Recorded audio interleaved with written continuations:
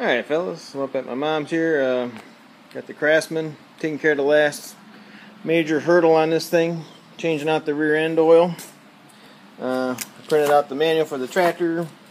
I found one online for the rear end in these things. The 331 3000 hydro gear rear end.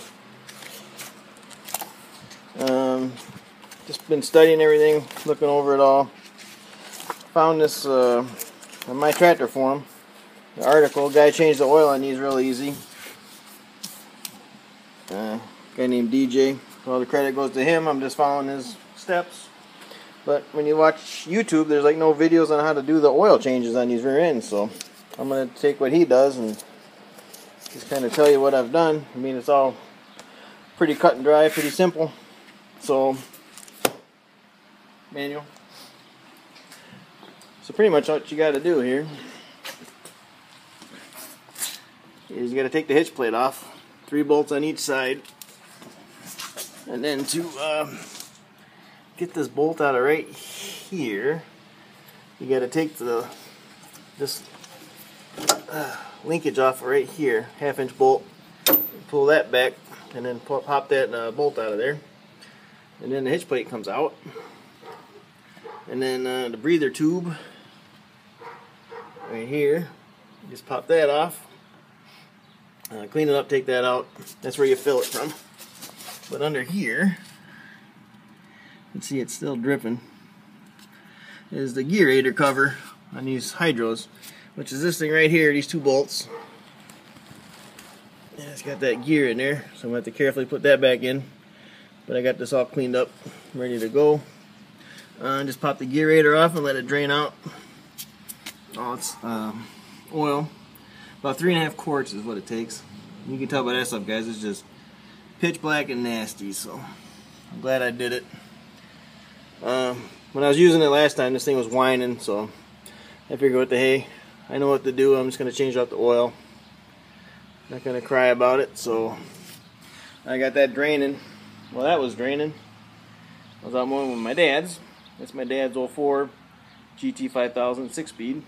Identical to mine, but 6-speed. And I think he's got a 50-inch cut and a 22-horse Briggs. So I was mowing with that while I get this thing draining. So now I'm going to finish her up, but I figured I'd shoot a quick vid showing you what's going on here.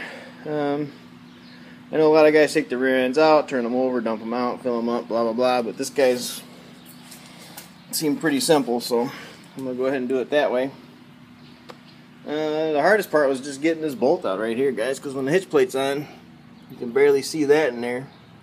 This rod, you can barely see to get that out, but once I got that off and pulled this back, the bolt came out and the hitch plate came right off. So, yep, it's alright, guys. I got this finished draining, put it back together. Here's the fill plug here, or how full it's supposed to be up to this plug right here on the side. Like it says, 3 and 3.5 quarts to fill it. According to him, you dump in 3 quarts and then purge it. You start the tractor up and then move the lever back and forth with the hydro disengaged, and work the air out of the system, and then drive the tractor back and forth a couple of times, and then top it off up to this port, and then you're good to go. So yeah, guys, that's where I'm at right now. It's a little pile of parts there and there. I figured, what the hey, this was bothering me since I brought the tractor home. I was like, man, I should have changed it, but I want to make sure it worked and everything first, so it does. So now I'm going to go ahead and do that. And the cool thing about this rear ends, guys, is they call for 2050 oil. So I just picked up a 5-gallon jug of this Castrol GTX for like 17 bucks. So I got that, bought a funnel, the manual, and here's the hitch plate here. Just 3 bolts there, take it off on the side. So, alright, guys, that's the update from here.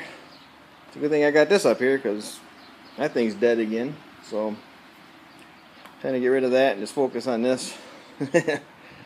So, alright, guys, that's the update from here. get this thing running and operating. I'm mowing some grass with it, so we will talk to you in the next one.